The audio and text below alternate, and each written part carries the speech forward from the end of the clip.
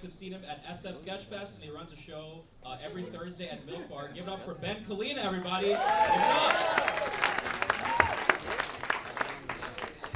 Fucking hell yeah. Hell yeah. Hell fucking yeah. Fucking hell yeah. Hell yeah. Hell yeah. Hell the fuck yeah. Fucking hell yeah. Hell yeah. Anybody feeling guilty for not picking up a skill during the quarantine? I feel that. I stared at a wall the entire time. I'm out in the world now with my friends. They all big bread now. They've all read books and shit. We have to talk about things. I have nothing to say. I'm just fucking lying now. People ask me what I did during the lockdown. I was meditating. You know why that's what I picked? Because no one can check on that. It's between me and whatever. People ask me how it's going. Oh, it's going really good. I was really close to inner peace to begin with. So I'm just fucking crushing it and meditating. People will call me up while I'm staring at the wall. I pick up the phone, like, oh fuck, I was meditating, you interrupted me. Normally that just means I'm on hallucinogenic drugs. What's up, San Francisco? Hell yeah. Hell the fuck yeah. Any hallucinogenic drug people in the crowd? Yeah, we got some woos, some applause. I love asking crowds that shit, and I love the responses you get, because every once in a while when I ask a crowd that shit, I'll get my favorite response, that it's always an individual man who feels compelled to answer that question by howling like a wolf. I fucking love that shit. For me as a performer, that is the fastest way to figure out who I should fucking talk to after the show.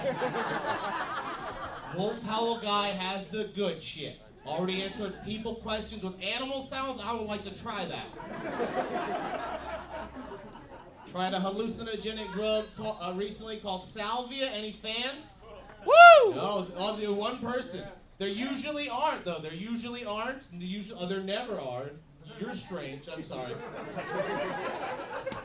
I did some research on it. I don't know if you know this, but this is a legal substance. It's legal. Do you want to know why it's legal? Because it's not any fun. It's a creative anti-drug strategy. Pick the most terrifying one and sell it at gas stations for $7. Anyone can fight God now.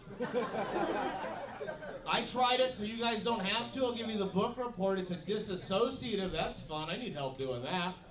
It's also a hallucinogen. It's the perfect hallucinogen for anybody who wants to know what it feels like to die, but also has to be back at work in 7 minutes. Let's go. Hell yeah.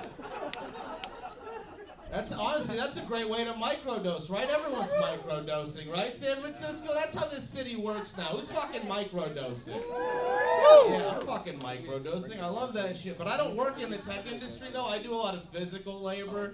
So I don't have one of those fun jobs where you take a little bit of acid and be more productive. So I've been microdosing PCP. Let's go. Woo! That's right. I'm making $25 an hour now, throwing the copy machine around. People think their boss is impressed when they can code faster on hallucinogens. You should see how impressed my boss is when I can pick up a car. Try that around the office. Sorry, ceiling. I forgot how low you are. Hey, one more PCP joke since they're doing so well. It's relatable shit. Any bike is a folding bike if you believe in yourself. It's 2021. America's reopened. Get out there and fold that bike. You can do it. Fucking hell yeah. Oh, man, are we still getting our information from internet posts? Fucking hell yeah. That's smart. I'm doing that. And yeah, I saw one that confused me the other day, though. I saw one that confused the hell out of me. My friend posted that he was visiting Nicolas Cage's grave. Is that weird to anybody else? A little bit. As far as I know, Nicolas Cage is still alive. My friend's out here visiting his grave now.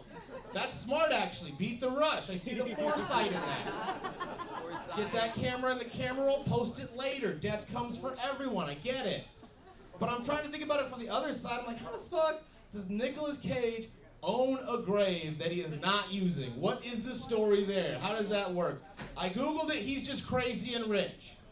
He's got a skull, a dinosaur skull, an island, 30 motorcycles. That's just crazy rich person shit that you buy. And again, I live paycheck to paycheck doing bullshit like this. I know for sure I am gonna die. There's no doubt. I also know with absolute certainty, it's just math, my body, when I die, it's gotta go somewhere. I get that. But I also know with the same level of certainty, there is no fucking way that I am paying for that. Are you kidding me? The hole that my body goes in? Society expects me to also pay for that? No. I don't know if you've seen me, but I'm not good at managing money. I don't think there's gonna be money left over for a hole at the end of this.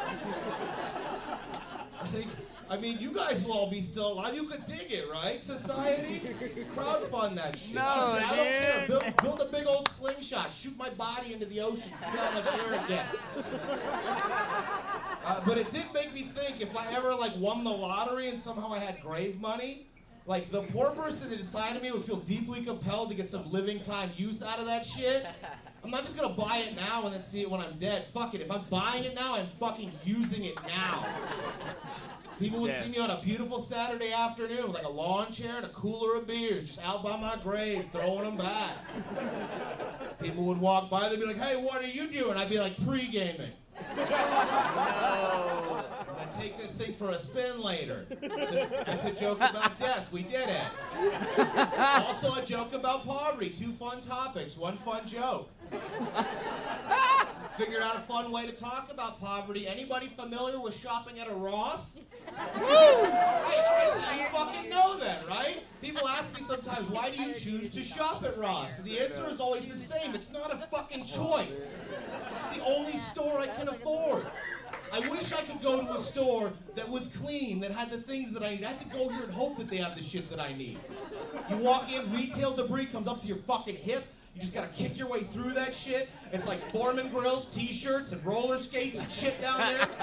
You're kicking your way through the shit to get to the cheap thing to buy, so you kick your way back to the fucking register and pay for it. It's blood in, blood out every time. I was doing it like that the other day, and I saw a thing that struck me as particularly depressing, even for a Ross.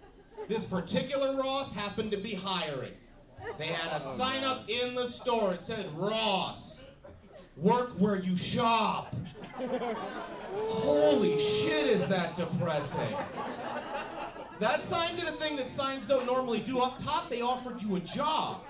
Right below that same fucking sign, they roasted the shit out of you for considering that job. They're like, "Oh shit, you come here because you could barely afford to survive? Did you know you could also come here in order to barely afford to survive?"